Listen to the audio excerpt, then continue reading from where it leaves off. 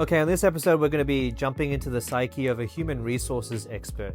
We'll be speaking to Natalie Hong, who is a former startup founder and experienced executive turned strategic HR leader, now leading consulting and strategy at HumanX HR. With a background in building businesses from the ground up, particularly in hospitality and tech, and a passion for transforming workplaces and culture from the inside out, she brings a founder's mindset and a people-first lens to the future of work. Really nice to talk to you, Nat. Thanks for taking the time. Thanks for having me. This is going to be fun. Basically, I think it's really fascinating to look at things not just in terms of desks and offices, but from an employer and an employee psyche angle. Do you just want to kick this off by kind of explaining to us broadly what you're seeing, and then we can kind of narrow down as we talk? Yeah, totally. So it's such an interesting dynamic between employers and employees, and everybody wants what they want, and we need to find the right middle ground or combination of things that makes the employer happy and the employee happy. And that's kind of the whole point of my job, is to make sure that those two things happen.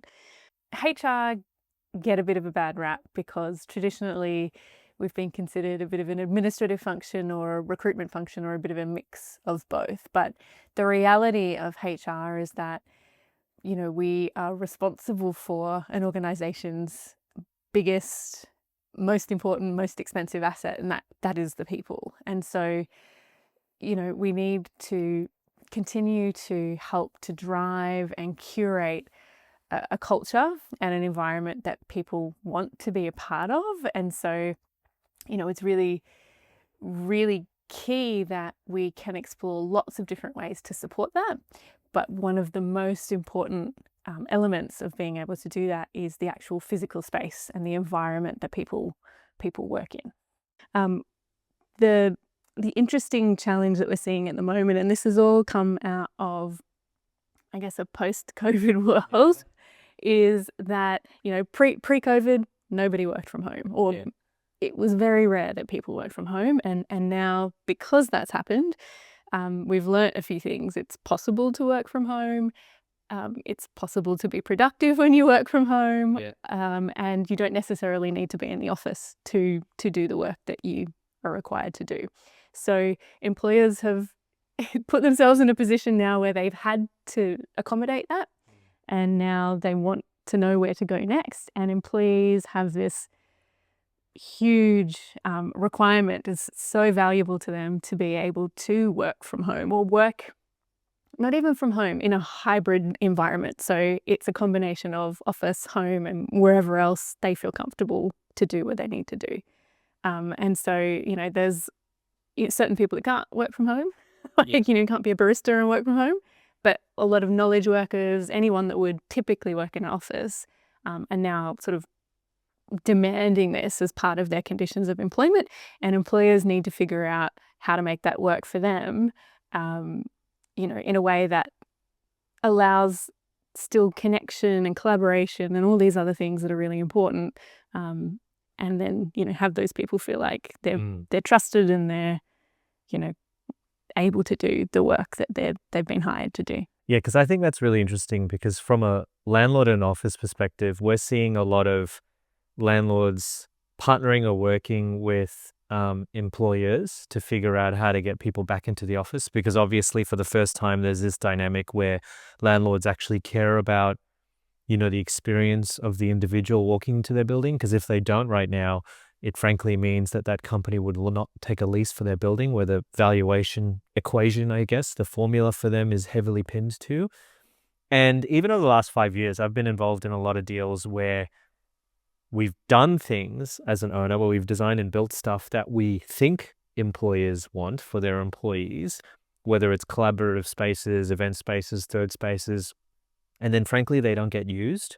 So it's kind of like, oh, do we care they don't get used? From a landlord's perspective, not really, because if it means they sign their long-term lease, it served its purpose. And then there's this kind of gray area where there's no effort to actually get that utilized from the tenants who said they wanted to use it but don't actually use it. So I actually think there's a missing piece of the puzzle where there isn't this, I guess, cross-pollination or collaboration between landlord, employee, and operator, or giver of these spaces, because to your point, the connection and the connectivity and the whatever it is we're guessing what it is, or we're asking these very open-ended general questions like, would you use a meeting space? Would you use an event space? What do you use the space for? Collaboration, tick, tick, tick. These, frankly, very generic surveys that circulate the commercial real estate industry. And then everyone's like, cool, they want this, we build it. So it would be really awesome if you could share, and maybe you can't name names of the companies, but some examples of, because you actually are ingrained into their culture, what they're asking for, what's actually working, or what you think's important. Yeah, absolutely. So it really depends on the company. So, there's not a one size fits all kind of solution in terms of space that landlords can provide and that they can design and create, because different companies, like you said, have different culture, right? So they work in different ways.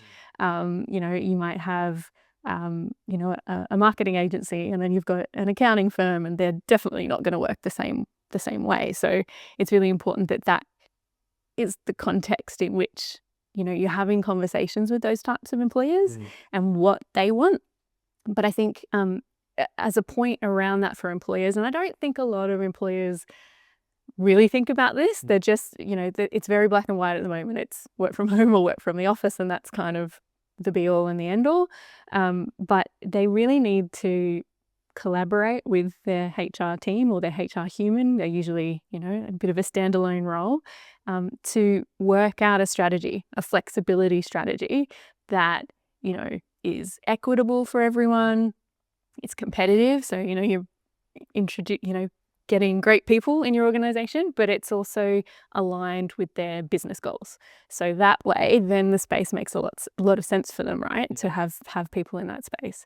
I think what we're seeing at the moment is, this 50-50 kind of split between office and home, and that's not always the best way to do that.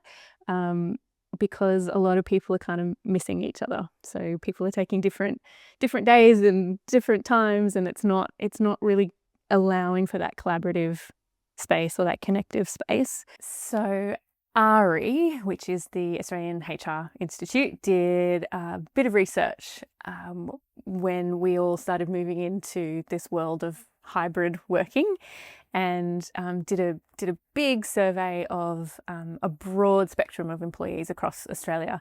And what came out of that was a statistic that said that 78% of employees want to work in a hybrid work environment. And that's great. That's a lovely statistic.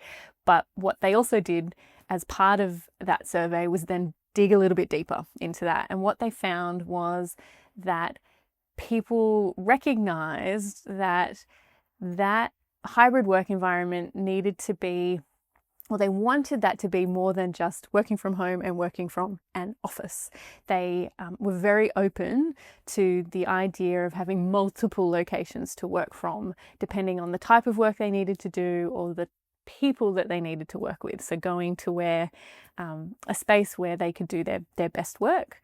And the other part of that was that they recognized that being in person together, being in a place and a space where they could work with others, meant that created a whole bunch of other benefits as well. So, ability to build their capabilities and skills, their ability to learn and absorb knowledge from other people, and also how that then allowed them to grow in their careers. So being able to move into different departments and different roles and sort of promotions, so that they could, do more than just be in the role that they're in. So there's a huge acknowledgement from the workforce in Australia that hybrid work needs to be different in order for them to continue to build and grow their careers as well.